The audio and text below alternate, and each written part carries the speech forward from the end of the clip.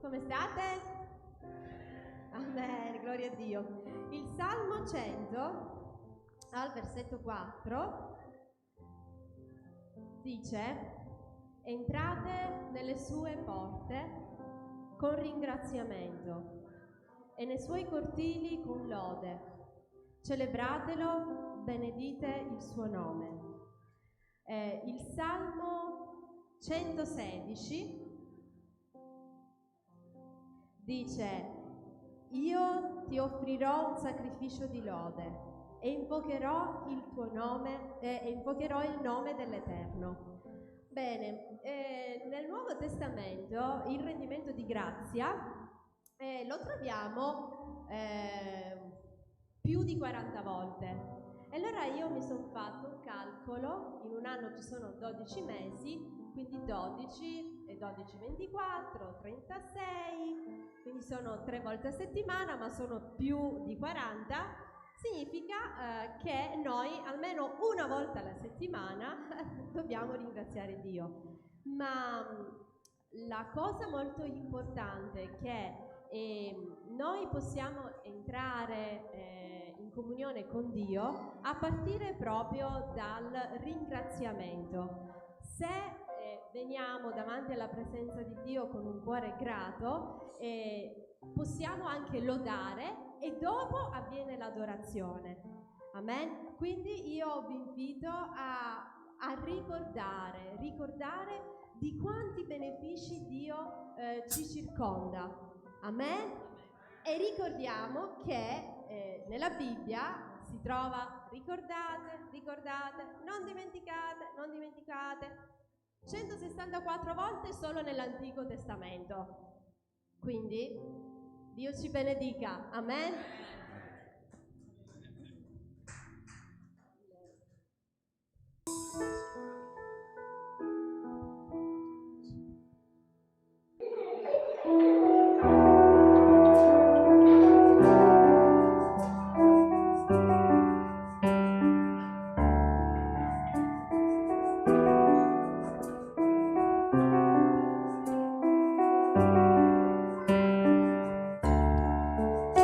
Lui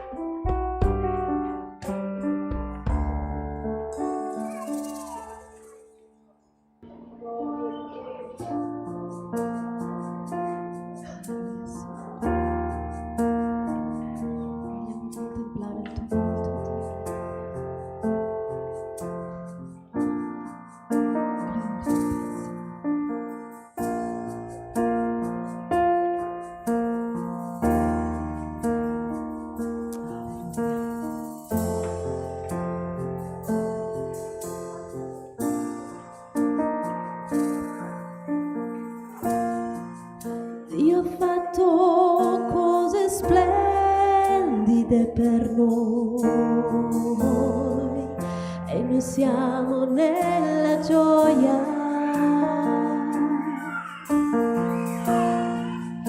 Dio ha fatto cose grandi per noi e noi siamo nella gioia. Tanto grandi più del cielo su di noi e ora siamo nella gioia. Siamo uniti l'uno all'altro e siamo suoi per l'eternità, alleluia.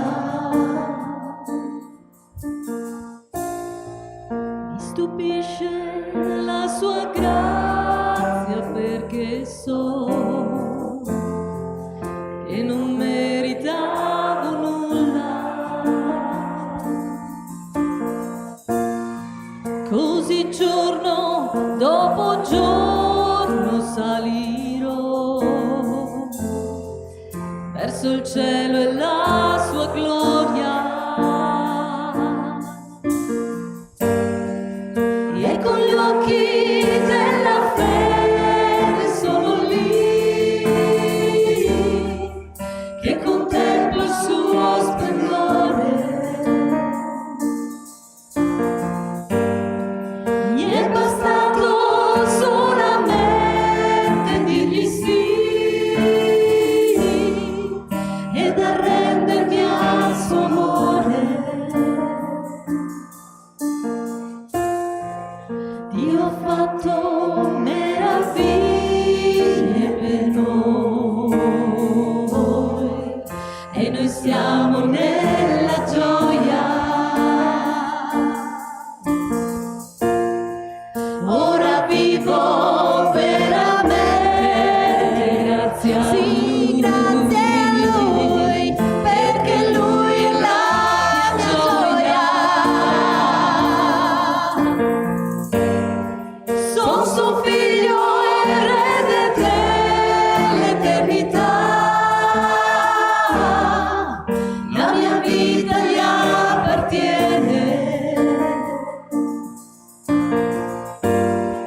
E nessuno al mondo mi separerà da colui che mi vuol bene, perché ha fatto cose grandi per noi e noi siamo nella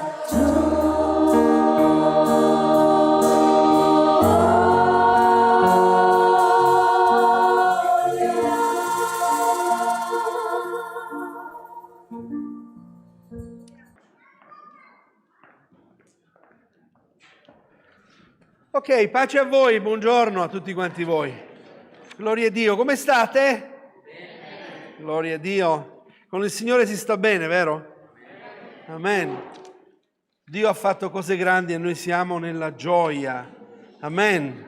È una realtà, è la verità. Gloria a Dio. Voglio dare il benvenuto a quanti sono per le prime volte in mezzo a noi. Dio vi benedica. Possiate gustare la presenza del Signore. Amen. I fratelli ucraini ci stanno ascoltando? Sì? Mi sentono? Fatemi un segno. Mi ascoltate? Questa mattina voglio dirvi che il messaggio della parola di Dio è un po' particolare. Ve lo annuncio già, un po' particolare. Perché il Signore mi ha fatto notare certe cose che hanno una valenza importante nella Chiesa del Signore. Per tanto tempo non ci avevo mai pensato, non avevo mai riflettuto a questo. Credo che è giunto il tempo, e credo che il Signore l'abbia portato alla mia mente proprio per questo, perché credo che sia giunto proprio il tempo. Rivolgiamoci alla parola di Dio, leggiamo in 1 Samuele, capitolo 17, versetto 17 e 18. 1 Samuele, dov'è la mia interprete Liz? Tesoro! Come mi sei lontano oggi? Gloria a Dio. Avete preso tutti prima Samuele, viene prima di seconda Samuele. Capitolo 17, versetto 17 e 18. Sappiamo di cosa tratta questo capitolo, la vittoria di Davide contro Golia, ma non vi parlerò di questo. Lo Spirito Santo mi ha fatto soffermare su un verso in maniera particolare, su questo verso in modo particolare. Poi vi farò notare. Or Isai, avete preso? Or Isai disse a Davide suo figlio: prende per i tuoi fratelli un'efa di questo grano arrostito e questi 10 pani e portali in fretta ai tuoi fratelli nell'accampamento. Porta anche queste 10 forme di formaggio al capitano del loro migliaia. Vedi come stanno i tuoi fratelli e riportami un pegno da parte loro. Gloria a Dio. Poi leggiamo anche Genesi, capitolo 37. Genesi, capitolo 37.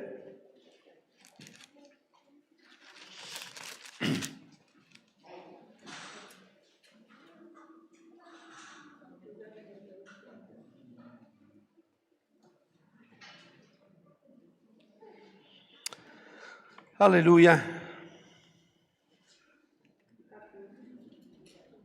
Scusatemi. È il capitolo 37. Giacobbe disse a Giuseppe: va a vedere se i tuoi fratelli stanno bene e se tutto procede bene con il gregge, poi torna e dirmelo. Così lo mandò nella valle di Hebron. Quello che voglio farvi notare questa mattina, dove lo Spirito Santo mi ha fatto soffermare, è sul fatto: vai a vedere i tuoi fratelli se stanno bene. Prima Samuele, capitolo 17, versetto 18.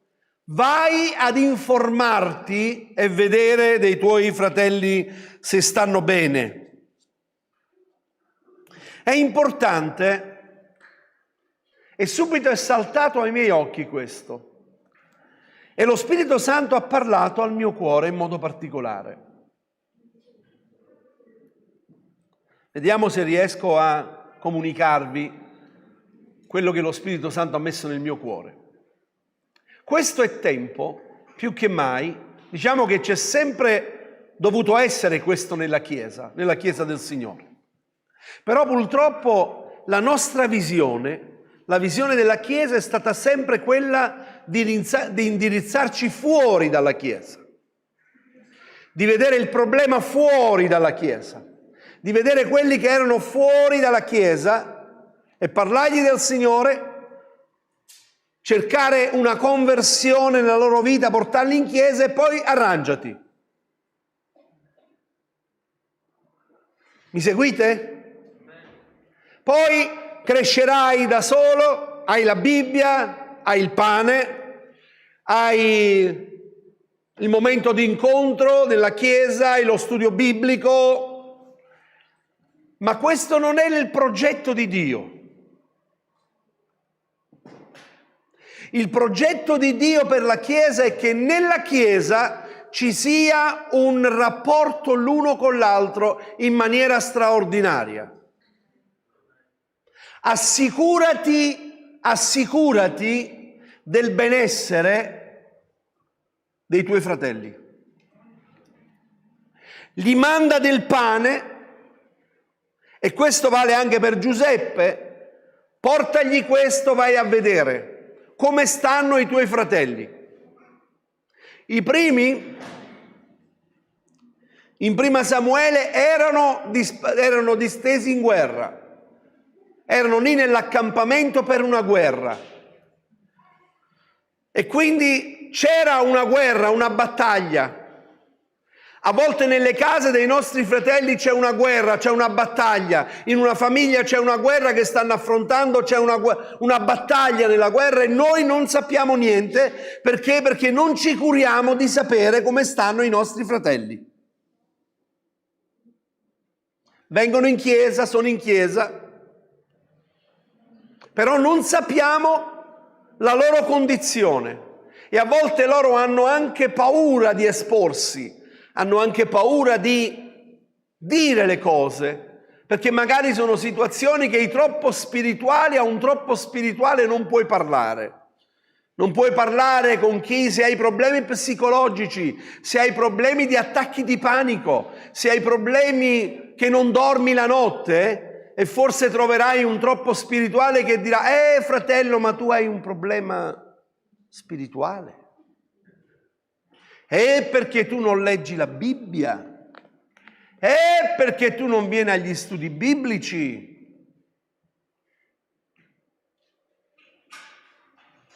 Quanti hanno vissuto questa esperienza? Quindi ti fa sentire ancora peggio, sotto una condanna. Quanti sanno che Dio è venuto a cercare e salvare ciò che era perduto?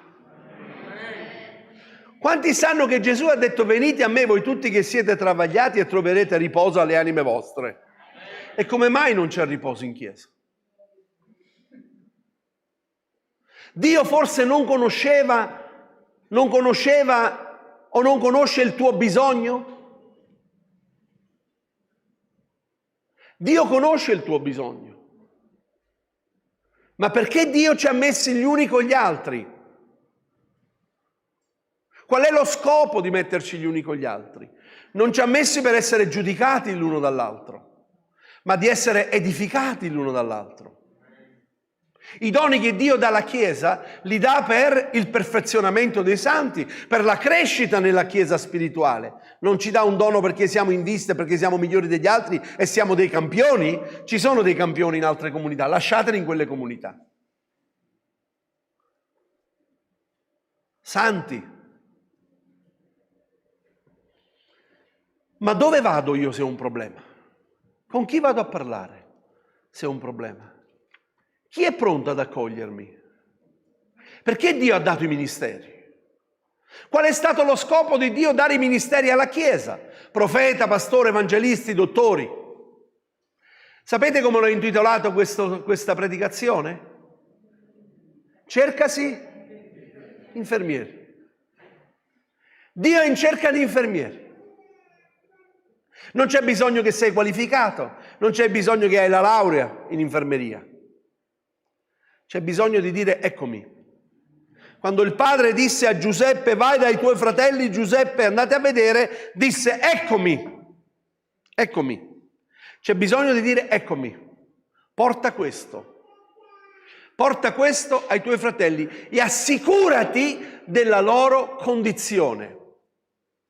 Ti devi assicurare della condizione. Purtroppo noi ci incontriamo la domenica, veniamo al culto, altri vanno a messa, si salutano, arrivederci, ci vediamo domenica prossima. Oppure anche se io frequento la comunità, però in realtà non so neanche chi ho vicino a me, come si chiama, chi è quello che sta vicino a me. Dio ci ha chiamati ad essere Chiesa. E la Chiesa si prende cura l'uno dell'altro. Quando Pietro ha rinnegato il Signore, quello che il Signore gli ha chiesto, e lo sappiamo tutti quanti noi, gli pone 3 domande che è la stessa domanda. Che cosa gli dice? Pietro, mi ami tu? Tu ami me, Pietro? Ami me, Pietro? Sì. Signore, tutte e 3 volte Pietro dice: io ti amo. Alla fine ha dovuto dire: Signore, tu conosci ogni cosa. Qual è la risposta di Gesù? Se tu mi ami, Pietro, cosa devi fare? Devi pascere le mie pecore. Io come pastore posso avere il mio rapporto con il Signore e lo amo, ma se non amo la Chiesa che Dio mi ha dato e non seguo la comunità che Dio mi ha affidato, io non sto dimostrando l'amore di Dio. Io devo sapere, e non perché lo voglio sapere, ma almeno devo informarmi della tua situazione. Se c'è qualcuno che fa fatica a mettere sulla tavola la sera un piatto di pasta, io lo devo sapere. Io devo sapere. Quando mio padre si convertì al Signore, fu cacciato via da casa sua. I genitori 70 anni fa, 75 anni fa, che io ero 63, mio padre era già convertito, lo cacciarono fuori di casa. Non ti conosciamo, vai dai tuoi fratelli, non vi chiamate tutti fratelli e sorelle, vai da loro. E mio padre fu cacciato fuori di casa, perché essere protestante, allora ci chiamavano protestanti, era come se avessi la lebbra, la malattia più grave che possa esistere. Potevi mischiare, non avevi in aiuto neanche dal cattolicesimo, dai preti che dicevano, no, anzi dicevano, fate bene. E morì mia sorella, io ancora dovevo nascere, aveva 18 mesi, mia sorella Esther, nata nella fede. Mia madre mentre stava stirando si gira, vede mia sorella con le labbra viola, ebbe un arresto cardiaco. E mio padre non aveva niente, non aveva soldi, non poteva affrontare il funerale, niente. Tanti figli. E quindi mio padre camminò a piedi fino ad andare a casa del pastore, che lui abitava fuori Napoli. Mio padre non guidava auto, non aveva soldi neanche per prendere la corriera. Andò alle 8 del mattino, morì di sera. Mio padre tutta la notte ha camminato per andare a casa del pastore, fino alla mattina. E ha raggiunto la casa del pastore, il nostro caro fratello pastore, fratello Anastasio. Bussò alla porta. Fratello Anastasio alle 7 aprì la porta e vide mio padre lì, dice: Peppino, che ci fai qui? E disse: il Signore ha chiamato la mia bambina Esther. Noi non siamo in condizione di fare il funerale. Ma cosa mi dici? Se l'abbracciò, lo strinse a sé. Non ti devi preoccupare di nulla. Non ti devi preoccupare di nulla. Vai a casa, non ti preoccupare, provvederemo tutto noi. E mio padre arrivò a casa, ovviamente come faceva lui a piedi, tutta la strada. Quando arrivò era quasi sera a casa e quando salì nel palazzo, noi abitavamo al 3° piano, c'erano fratelli e sorelle che scendevano dalle scale, pace fratello, pace sorella, pace, la gente nel palazzo. Ma quanti fratelli e sorelle hanno questi?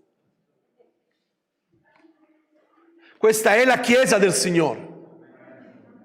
Questo è ciò che Dio ci ha chiamato a fare.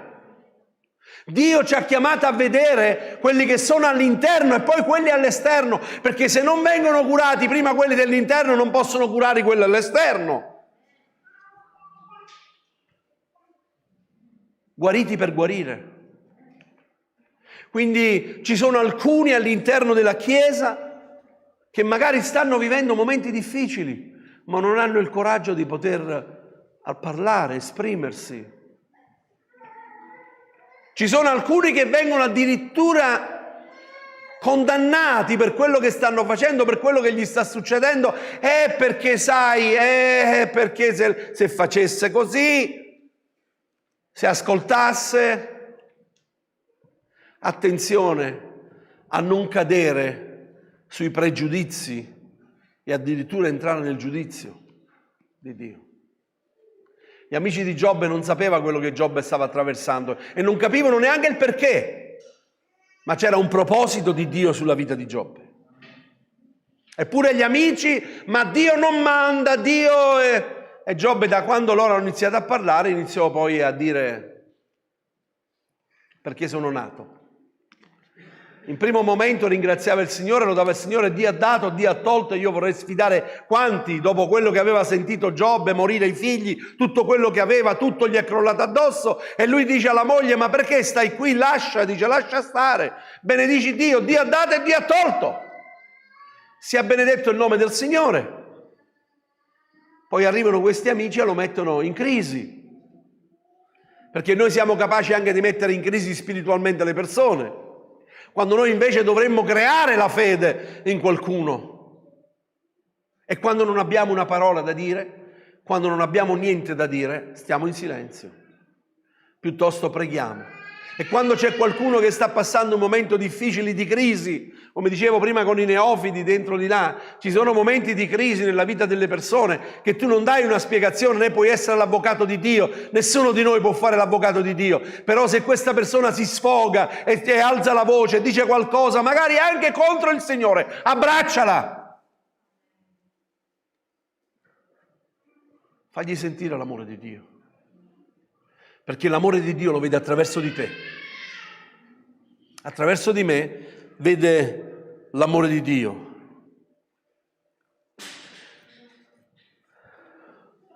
Noi abbiamo una testimonianza bellissima nella parola di Dio. Il buon samaritano. Quest'uomo che prende, quest'uomo che non era neanche di Samaria, non era del suo popolo, ma non si cura. Non gli interessa, si ferma, lo accutisce, scende dalla sua cavalcatura, si prende cura di questa persona, lo prende e lo porta alla locanda e gli dice: prenditi cura di lui. Gli diede dei soldi, perché la fede costa, la fede ha un costo.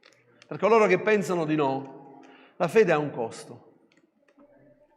Quando a Davide gli volevano offrire, perché Davide aveva peccato, se vi ricordate, nel censimento, e voleva offrire poi l'olocausto al Signore, e dove era andato aveva tutto per poter offrire l'olocausto al Signore, aveva i buoi, aveva il legno, aveva ogni cosa, e dice: guarda, non mi prenderò io niente dal re, qui c'è tutta la roba, offrila al Signore. E lui disse: io non offrirò nulla che non mi costi qualcosa, io te lo compro questo, ma deve costare qualcosa. È la fede, è fede. Se io metto a disposizione qualcosa per l'opera di Dio, è perché amo il Signore, è perché amo il popolo del Signore e amo la Chiesa del Signore. Prenditi cura di Lui.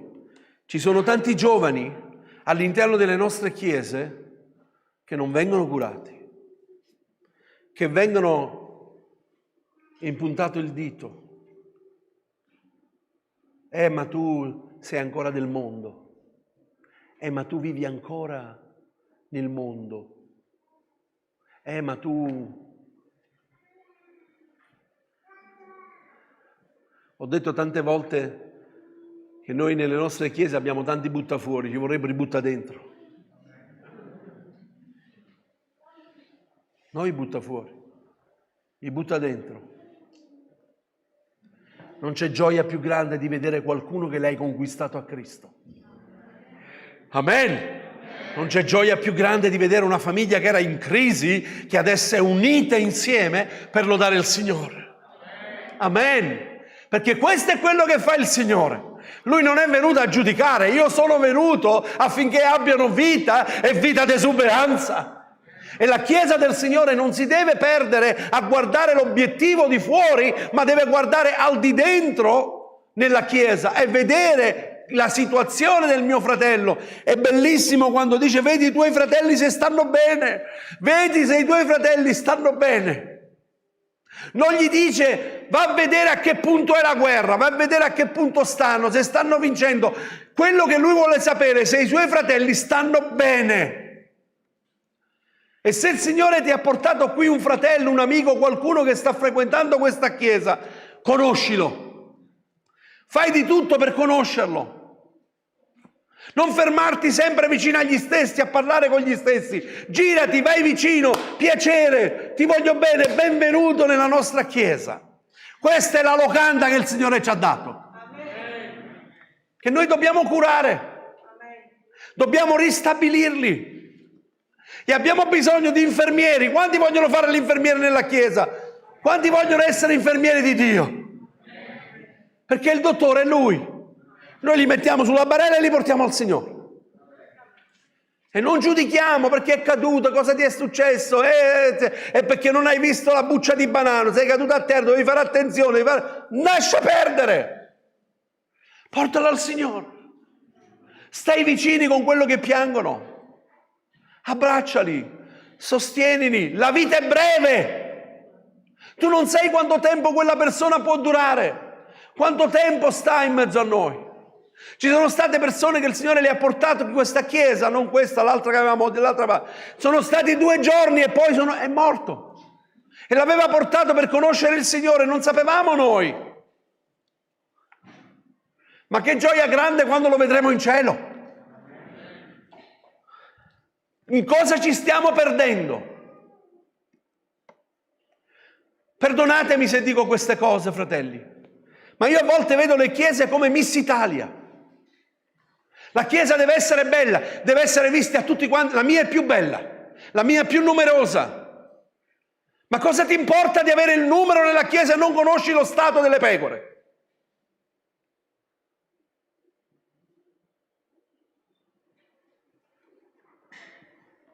Assicurati, controlla, vedi, prenditi cura, perché quando io tornerò, quello che tu hai speso te lo darò. Ma questo lo deve fare solo il pastore? No. Dove sto spendendo il mio tempo? Perché Dio mi ha salvato? Capite il messaggio di questa mattina? Lo state seguendo tutti? Qui che stiamo qua dentro qui, nessuno di noi è escluso. Nessuno di noi è escluso. Perché Dio ti metterà una persona vicino. E quella persona ti chiederà un giorno se tu l'hai curata, se ti sei preso cura. Dio non ti chiederà quante macchine hai avuto, ma quanti hai dato un passaggio. Quanti vestiti hai avuti? A quanti hai vestito? Quante scarpe hai avuto? A quante persone hai dato le scarpe? Gesù disse: chi ha dato un bicchiere d'acqua, non dice chissà quante cose, solo un bicchiere d'acqua. E quanti hanno sperimentato che c'è più gioia nel dare che nel ricevere? Quanto è buono il Signore. Con me, io sono in debito con il Signore, non so voi, ma io sono in debito, ma un grosso debito. Perché il Signore ha stabilito, ascoltate, perché il Signore ha stabilito che la guarigione nelle nostre vite avviene. Prendete Giacomo capitolo 15, versetto 16. Gloria a Dio. Giacomo, sapete chi è Giacomo che scrive qui la lettera? È il fratello di Gesù. Giacomo, il fratello di Gesù. E cosa scrive Giacomo? Confessate i vostri falli gli uni agli altri e pregate gli uni agli altri affinché siate guariti. Perché ha stabilito la guarigione se noi ci confessiamo i peccati gli uni agli altri? Perché ha stabilito la guarigione all'interno della Chiesa e confessare il peccato gli uni per gli altri? Perché Lui vuole l'unità nel popolo di Dio. Lui si muove dove c'è unità. Lui è in mezzo all'unità. Quanto è buono e quanto è piacevole che i fratelli dimorano insieme nell'unità. Salmo 1. Chi è stato il primo sacerdote? Chi era il primo sacerdote? Chi? Aronne. Questo è come l'olio eccellente che è sparso sul capo di Aronne, il Signore torna alla Genesi. L'unità nella Chiesa è l'olio eccellente che è sparso sul capo d'Aronne, che scende sui monti di Sion, fino alla rugiada dell'Hermon, perché io ho ordinato che lì, dove c'è l'unità, c'è la benedizione mia in mezzo a loro. Dove non c'è unità non può mai esserci la benedizione di Dio. Dio non potrà mai mandare pesci dove ci sono, come si chiamano, le vaschette con l'acqua sporca. Lo sparlare, dicerie, le cose. Ma voi pensate che Dio non guarda il cuore? Voi pensate che il Signore non guarda il cuore più di quello che noi diciamo con la nostra bocca? Oh, il Signore lo ha detto, questo popolo mi onora con le labbra, ma il loro cuore è lontano da me. Hai voglia di fare digiuni? Hai voglia di sforzare la tua vita con il digiuno? Il Signore lo dice in Isaia, vuoi digiunare? Bene, portati le persone a casa. A casa tua chi ha fame, dai da mangiare. Bene. Ma sai, io conosco il Signore da oltre 30 anni. Bene. E che cosa stai facendo? Qual è il tuo compito nella Chiesa? Io non ho compiti nella Chiesa. Bene. Quanti sanno fare un dolce, sorelle? Sapete fare un dolce? Gloria a Dio. 3 sorelle sanno fare un dolce. Siamo rovinati, Miseriaccia. No, perché sto pensando al 15 di Fai un dolce. Sapete l'usanza in America, avete visto nei film, no? Cosa fanno quando uno va a abitare vicino? Prendono un dolce, bussano alla porta, sono il vicino. Fai una torta, fai un dolce, invita una famiglia a casa, invita una sorella a casa. Non sai fare i dolci? C'hai un telefono? Anna sta chiamando mezzo mondo. Anna telefona. Sono la sorella con i capelli bianchi. Che sono lì davanti. Avete visto la foto che ho messo? Ho detto sono con una pecora con i capelli bianchi. La pecora bianca. Sai fare questo? Sai quante benedizioni porta la Chiesa questo? Sai quante benedizioni? Sai quante sorelle hanno bisogno di sorelle? Sai quanti fratelli hanno bisogno di fratelli? Ma fratelli in Cristo. Ma sorelle in Cristo. Parlavamo proprio con Anna che il suo lavoro questo. Quante persone sono psicologicamente attaccate, instabili, situazioni difficili, ma non hanno il coraggio di parlare. Non hanno il coraggio. Fratelli, gli insegnamenti più importanti che ho avuto nella mia vita non è stato quello della scuola biblica. O meglio, quelli mi sono serviti. Ma il più grande insegnamento io l'ho avuto da chi mi sono andato a confidare e gli ho detto delle cose, magari anche dure, e alla fine mi ha guardato negli occhi e ha detto: ti voglio bene, preghiamo. E quella cosa non l'è andata a raccontare in giro, ma se l'è tenuta dentro e ha pregato ogni giorno per me. Questa è la Chiesa del Signore. Anche se qualcuno dovesse venir meno, anche se qualcuno dovesse cadere, il Signore ci ha chiamato a rialzarlo. Non ci ha chiamati a passargli sopra e né a dire agli altri è caduto, perché domani può succedere a te e tu non vorresti che questo accada. L'Apostolo Paolo si informa su una chiesa. Lui aveva formato le chiese, aveva piantato delle comunità e lui, non potendo andarci, lui dice in Prima Tessalonicesi capitolo 3 versetto 5: perciò anch'io, non potendo più resistere, mandai ad informarvi della vostra fede, temendo che il tentatore vi avesse tentati e la nostra fatica fosse risultata vana. Cioè il diavolo attacca i credenti, i figli di Dio, attacca, e lui, non potendo andare per poter parlare con loro, si andava a informare: vedi se stanno bene, guarda se stanno bene.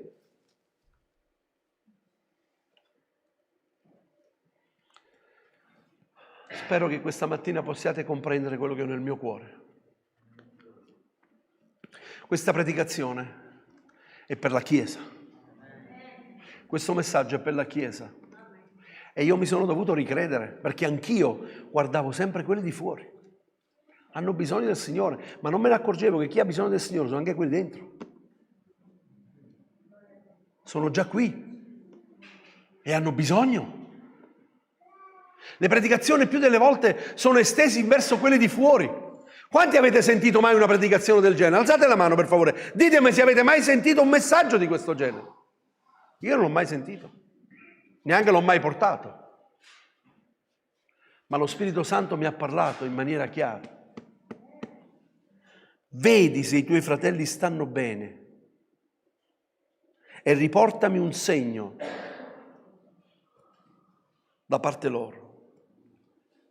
Sì, Signore, stanno bene, sta bene. O forse, dopo che noi abbiamo in qualche modo cercato di aiutare, possiamo dire sì, Signore, adesso stanno un po' meglio. A volte non occorre neanche fare chissà che cosa per una famiglia. Non occorre neanche che tu metti mani in tasca per aiutare, magari per una situazione difficile. Forse non hanno bisogno di questo. Forse ha bisogno di sentire una voce amica, una parola di conforto.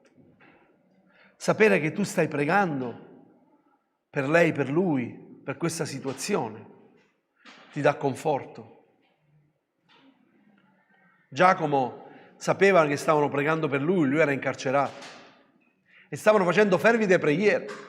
Che andò alla porta e bussò alla porta, era stato liberato e la serva quando andò a aprire la porta vide che era Giacomo e disse: c'è Giacomo! E gli altri dissero: ma lascia perdere, sei fuori di testa. Ma stavano pregando. Ma Giacomo è stato liberato. Quanti di voi non sanno che attraverso qualche preghiera, magari tu non lo sai, ma sei stato liberato da una situazione?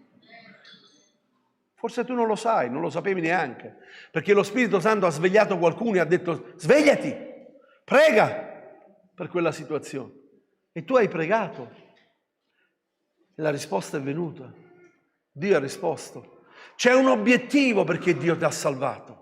C'è un obiettivo perché Dio ti ha inserito nel suo corpo, ti ha inserito nella chiesa di Marostica. C'è un piano di Dio. Qui realmente ci sono persone fuori che non conoscono il Signore e quando li porterà dentro qua troverà degli infermieri. Troverà qualcuno che può dire le stesse cose che tu hai vissuto, l'ho vissuto anch'io, ma qui ho trovato il Signore mi ha liberato e quello che hanno fatto per me voglio fare anche per te. Perché Dio mi ha chiamato a questo. L'Apostolo Giovanni, l'Apostolo dell'amore, amen. L'Apostolo Giovanni è l'Apostolo dell'amore. Ci dice la storia cristiana che lui quando era in età avanzata, negli ultimi anni della sua vita, quando era nell'assemblea della Chiesa, dice lui si alzava, lo aiutavano ad alzare perché era anziano. Si alzava e lui diceva solo queste parole: fratelli, amiamoci l'un l'altro come Cristo ci ha amato. Diceva solo queste parole e lo Spirito Santo scendeva con potenza in mezzo alla Chiesa e vi erano guarigioni, liberazioni, segni, miracoli e prodigi. Solo questo diceva. Fratelli, amiamoci l'un l'altro. A volte abbiamo qualcosa con qualcuno, con qualche fratello che ha usato una parola, abbiamo qualcosa e per noi oramai ci abbiamo fatto quasi il callo. E vabbè, non importa, però non c'è perdono, non c'è dialogo. Sì, però lui di là, io di qua. Lui entra di là, io entro dall'altra parte, distante da me, non voglio averci a che fare. Però rendiamo il culto al Signore. Pensate voi che il Signore non è in mezzo a noi?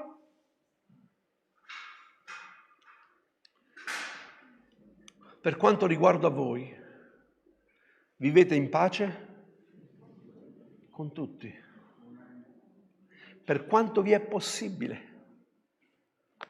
Vivete in pace con tutti. L'Apostolo Giovanni ci dice nella sua prima epistola di Giovanni al capitolo 3, versetto 10, afferma: chi non ama Guardate cosa dice. Avete preso il verso? Prima Giovanni 3,10. Alleluia. Da questi si riconoscono i figli di Dio e i figli del diavolo. Chiunque non pratica la giustizia non è da Dio e neppure...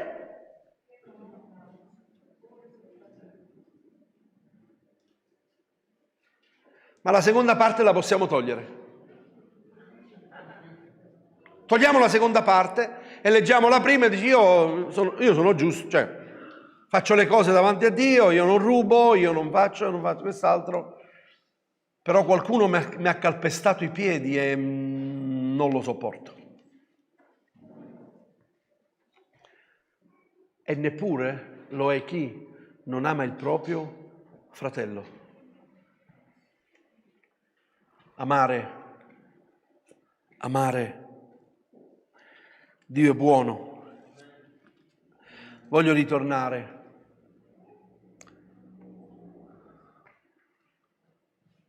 sulla domanda di Pietro. Gesù fece a Pietro. E questa mattina al posto di Pietro voglio mettere il mio nome e il tuo nome, lo fai tu.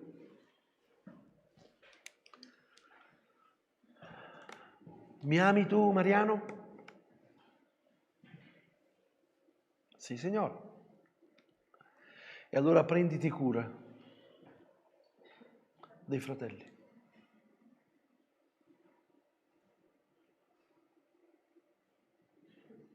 Conosci lo stato, conosci la condizione,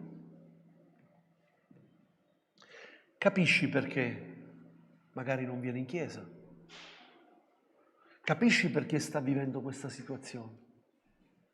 Cerca di comprendere, di capire. Io mi sono sempre chiesto, fratelli, ma se Gesù fosse oggi fra di noi, dove sarebbe, secondo voi? Ditemelo. Sarebbe in chiesa a predicare o sarebbe vicino a chi sta soffrendo fuori? Gesù ha rispettato tutte le feste. Gesù alle feste ebraiche ha partecipato alle feste. Gesù era salito perché c'era una festa in Gerusalemme. Sapete dove andò? Andò alla vasca di Betesda. E davanti a quella vasca c'era un paralitico da 38 anni, era in quelle condizioni. E la parola di Dio ci dice che Gesù sapeva che lui era lì da tutti questi anni. E Gesù ne aveva 33 di anni. Ma Gesù si avvicina. E sapeva che era solo, perché lui lo afferma e gli dice io sono da solo, perché gli altri hanno qualcuno che quando l'acqua si agita lo mettono dentro. Io non ho nessuno che mi aiuta, ma Gesù è andato da lui e gli dice vuoi essere guarito? E lui pensava che l'aiuto viene anche dall'uomo, qualcuno che lo aiuta. Ma oggi Gesù non è presente. Non è visibile, però c'è la sua Chiesa che è visibile. Ci sei tu che sei Gesù per gli altri, ci sono io che sono Gesù per l'altro. E forse sarà l'ultimo Gesù che vedrà. Quindi ha bisogno di vedere in te qualcuno che è pronto ad accoglierlo, abbracciarlo, sostenerlo, aiutarlo, presentarlo davanti al Signore, assicurarlo. La Chiesa nascente era grandemente benedetta dal Signore. Sapete cosa facevano? Ve lo devo dire io? Cosa facevano? Mettevano tutto, vivevano di pari consentimento, erano attivi, presenti, gli uni con gli altri, stavano insieme. Si conoscevano l'uno per l'altro. Questa è la Chiesa del Signore. Io non devo avere vergogna di andare da una famiglia, una coppia, dei fratelli e dire fratelli pregate per me. Pregate per me. Io nasco in una chiesa nel napoletano dove in quella zona, una zona nel rione Sanità, molto noto, conosciuto, un po' più su, Mater Dei, e lì c'erano persone di vari seti sociali, ma c'erano peccatori che gridavano al Signore durante il culto, gridavano. Io ero ragazzino, bambino, e sentivo: Signore, aiutami, guariscimi, Signore, perdonami, abbi pietà di me, sono un peccatore. E c'erano i fratelli che andavano vicino e pregavano e se l'abbracciavano. No, sei un peccatore, qua dentro non puoi stare perché qua ci sono i santi. Guardate che manca poco, In alcune chiese, lo so che sto pregando in internet, non mi interessa. Questo c'è. Mandali qua, non ti preoccupare, mandameli a me. Mandali qua. Noi li accogliamo, vero? No, voglio sentire che sentono anche là. Noi li accogliamo, è vero o no? Perché questa è la Chiesa del Signore. Io sono venuto per cercare di salvare ciò che era perduto. C'è un cantico che noi cantavamo un tempo, che diceva: certo ancora sbaglierai, ma la tua mano io non la lascerò mai. So bene ciò che senti, so bene ciò che tu stai vivendo. Sì, lo so, sei venuto meno, hai sbagliato. E lo so che ancora sbaglierai, però sappi questo, che io la tua mano non la lascerò mai. Che grande Dio che abbiamo, che Dio misericordioso che abbiamo. Quanta bontà, quanto amore nel Signore. Dio è buono, Dio è amore, Dio è misericordioso. Le sue compassioni si rinnovano ogni mattina, ogni giorno, le compassioni. I peccati siamo noi che li classifichiamo, Dio non classifica il peccato, perché chi è furbo e ruba, che dice: ho fregato, stavolta dovevo dare tot le tasse, invece ho cercato e magari hai preso e cercavi di fare il furbo, e l'altro che ruba invece, perché entra in un appartamento, in una casa, cerca rubare e rubare. Chi è bugiardo non erediterà il regno dei cieli. Noi classifichiamo i peccati. Ma lui è... Ascoltate, che bello. Dove il peccato abbonda, la grazia di Dio sovrabbonda. Io ero un alcolizzato, qualcuno può dire. Io ero un tossicodipendente. Io ero un ladro. Ero un criminale. Ma quando Gesù è venuto nella mia vita, ha cambiato la mia vita, ha trasformato la mia vita. Amen. E mi ha fatto un suo servo. Mi ha fatto un sacerdote, mi ha fatto un re, mi ha fatto una regina nel suo tempio, e io devo servire il Signore perché devo piacergli e devo raccogliere le anime che stanno morendo senza il Signore. Amen. Voglio lasciarti con questo messaggio questa mattina. Ascolta queste parole. Prenditi cura. Guarda lo stato dei tuoi fratelli. Se questa mattina c'è qualcuno che ti è sfuggito, che non lo conosci, non farlo qui, farlo fuori, perché qui se no facciamo l'assembramento. Non farlo qui, farlo fuori, magari vallo a salutare. Mi chiamo Piacere, che bello vederti in mezzo a noi. Dio ti benedica. Vuoi il mio numero? Se hai bisogno di qualcosa, io ci sono. Amen. Fratelli, la Chiesa cresce e il pastore, con i consiglieri, forse non ce la facciamo a seguire tutti. Però è bello sapere che le pecore guardano le pecore. La pecora più grande guarda. Poi ci sono anche i cani. Sì. Avete visto cosa fanno i cani nel gregge? Corrono e fanno entrare la pecora dentro. Poi se la pecora cade, chi va? Pastore. La deve prendere e se la prende in braccio. Ma il gregge è fatto con tutto. Ci sono anche gli asini. Avete visto gli asini? Gli asini cosa portano? I pesi. E nella Chiesa del Signore ci sono asini, ci sono agnellini piccolini, ci sono pecore, ci sono cani, c'è il pastore, per la grazia di Dio. Amen. Vogliamo essere una Chiesa che piace al Signore? Amen. Ci vogliamo prendere cura l'uno dell'altro? Amen. Alziamoci in piedi. Gloria a Dio. Gloria al tuo nome. Proprio dietro al messaggio di questa mattina, prima di concludere, io non voglio togliere l'opportunità a nessuno che magari ha bisogno di una preghiera. Pastore Gianni, io ho bisogno che tu preghi. Ho bisogno che la Chiesa prega per me. Mi trovo in questa situazione, non c'è bisogno che lo dici, ma il Signore lo sa. Però il Signore ha detto a noi, prenditi cura. Non potrebbe prendersi cura Lui? Sì, si prende cura, ma ha stabilito che nella Chiesa ci sia la benedizione e la vita eterna. Sì, ho bisogno di preghiere, ho bisogno che mi state vicino, ho bisogno di una sorella, di un fratello, un amico, per cui io posso parlare. Ho bisogno di aprire il mio cuore a qualcuno. Se non lo aprono in Chiesa, dove lo devono aprire il cuore? Vanno dal cartomante? Dove devono andare? Sapete quanti sono prede e vittime della cartomanzia? E spendono migliaia e migliaia e migliaia e migliaia di euro, se non milioni di euro. 150.000 iscritti in Italia come cartomanti. E Dio ha chiamato la Chiesa. Prenditi cura. Mi ami tu? Sì.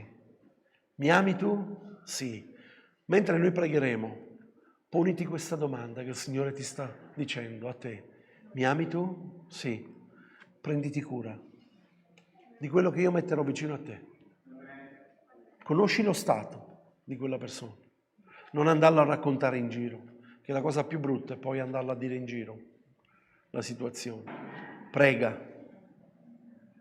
E che possiamo sentire delle testimonianze che possono dire: in questa Chiesa, qui, io ho sentito l'amore di Dio, ho visto l'amore di Dio.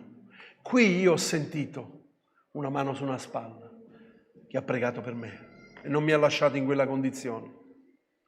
Questo è bello, questa è la Chiesa del Signore. Chiudiamo i nostri occhi.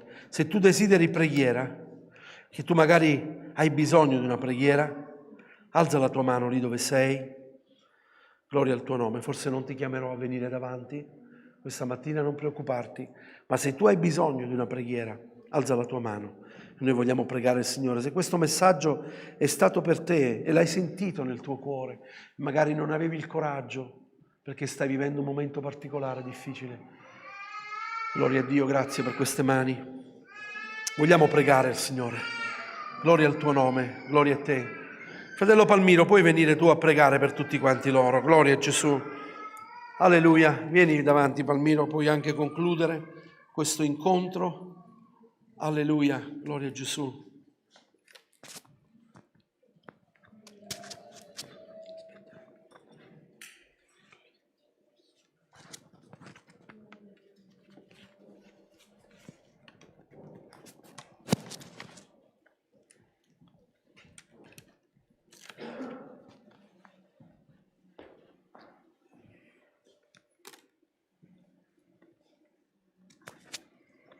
Signore, vogliamo ringraziarti, Gesù.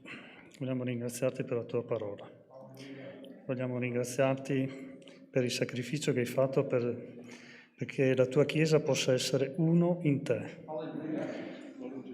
Questo è il significato, Signore, della nostra vita, della vita in te, Gesù. Essere uno in te. Signore, per quanti non si sentono in questa mattina, Signore, per quanti si sentono lontani da questa realtà, Signore, fa che il tuo Santo Spirito in questo momento, Signore, dia la certezza dell'appartenenza a te. Apparteniamo a te, Signore Gesù. E ciascuno di noi, Signore, fa che non facciamo come Caino in quel tempo, che Dio chiese dov'è il tuo fratello e lui non diede risposta. Signore, vogliamo accertarci che il fratello o la sorella che cammina a fianco a noi continui a camminare insieme a noi, perché tu, Signore, in quel sacrificio hai dato te stesso perché siamo uno. Padre, riversa il tuo Santo Spirito, Signore, affinché sentiamo questa appartenenza a te in tutto. Signore, ti ringraziamo. Benedici, Signore, ciascuno di noi, chi ha alzato la mano in modo particolare, Signore. Vieni, rispondi, Signore, a quella necessità. Signore, grazie per come apri gli occhi. Grazie Gesù ancora, benedici anche il pastore Gianni. Signore, tu vedi anche quello che gli aspetta davanti a lui, Signore. Benedicilo, proteggilo, guida la mano dei medici, Signore. Signore, ti ringraziamo perché possiamo del continuo confidare a te. Riaccompagnaci alle nostre case, Signore. Nel nome di Gesù ogni cosa te la chiediamo, Padre. Grazie Gesù. Amen. Amen. Gloria a Dio, buona domenica a tutti quanti voi. Buona domenica, fratelli. Se hai bisogno mi chiami per favore, chiamatemi, non vi preoccupate.